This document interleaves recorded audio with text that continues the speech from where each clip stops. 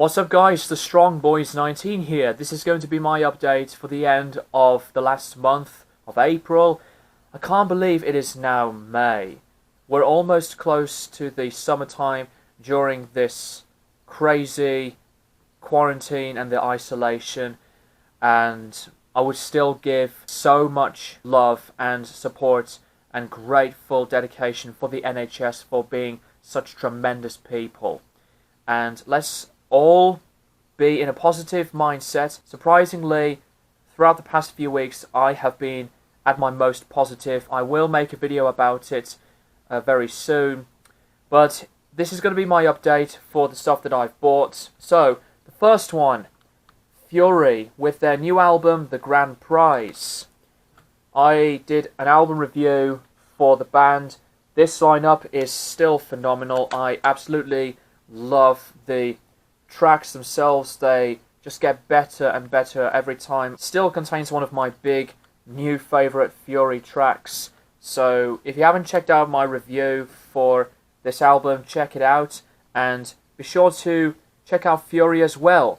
This is an amazing album. Now, this pile is all for my addiction to collecting of my Korn collection. Now, I used to do a Korn collection video, but I obviously had not bought enough of that time because that was back in 2010, but I have bought a lot more since the past few weeks. So I'm going to show you this pile. The first one is the Freak on a Leash single. This contains the clean single edit and the album version of the second track. And that's what the disc looks like. And I know that the Children of the Corn single is quite rare to find. These two are Got the Life. These two contain two different track listings. This one has the album version, the DJ Punk Rock remix, and the DOSE's Woolly Back remix. This one contains Got the Life, and I Can Remember, Good God, the Oomph versus Such a Surge mix. This one is a cardboard sleeve single of Falling Away From Me, which contains the radio edit and the a cappella, and here is the disc. The next one is a limited numbered edition of the single Make Me Bad, and as you can see, my number is there, 8,703. This contains Make Me Bad, the live tracks of Dirty and Make Me Bad, as well as the fourth track being the music video. This one is Adidas, the one-track radio edit version. Very, very cool to have. Now, these last four are different versions of the single No Place to Hide. The first one is this one. This contains the song, obviously, Sean Olsen radio edit and Lies.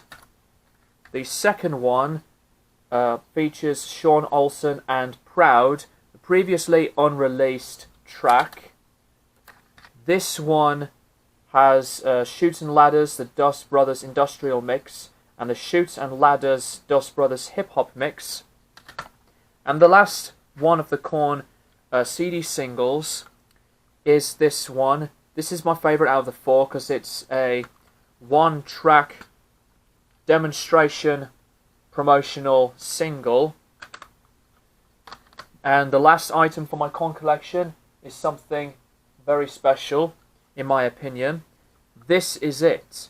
This is one of these cassettes that was made at the time from the first album. As you can see, demonstration only.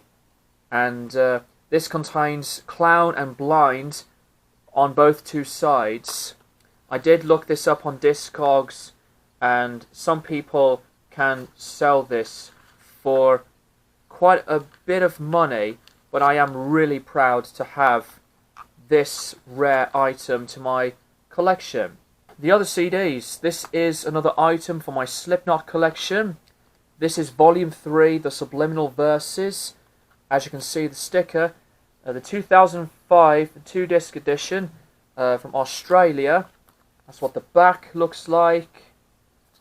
The track listing is pretty different. The first disc is black and the second disc is red.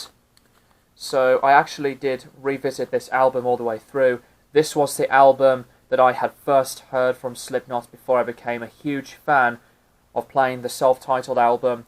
I'm really glad to have one of the other editions that was released from a different country. Now, the last pile of CDs are from the obsession of my death metal collection. I need to buy a lot more. The first one is Morbid Angel's debut, Altars of Madness. Obviously the cover art is different to how it's originally looked, which I always loved. This is still one of my favourite debut albums of all time. This is a re-release from Earache Records. For me, possibly Morbid Angel at their best. The next one is Immolation, Majesty and Decay. This album is amazing, brilliant, very huge production, and the songs themselves have a lot of power and strength. So I'm going to buy some more albums from one of my favourite death metal bands.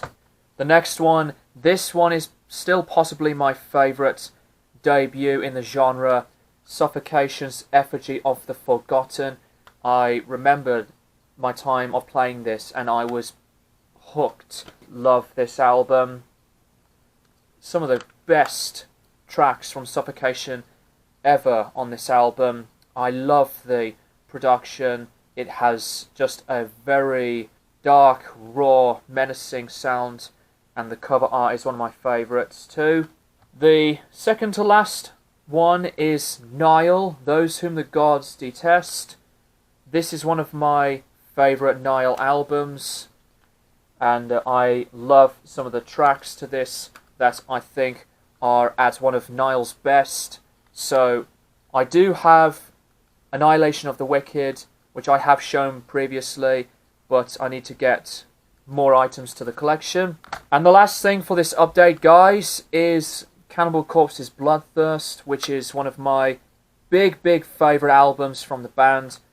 And as you can see, this is the actual uncensored cover. The original artwork is where it's at. So that is my update video for today, guys, and I will be back to do some more reviews and updates like this at the end of every month. Thank you guys for watching, and I'll keep you guys posted for more videos in the near future.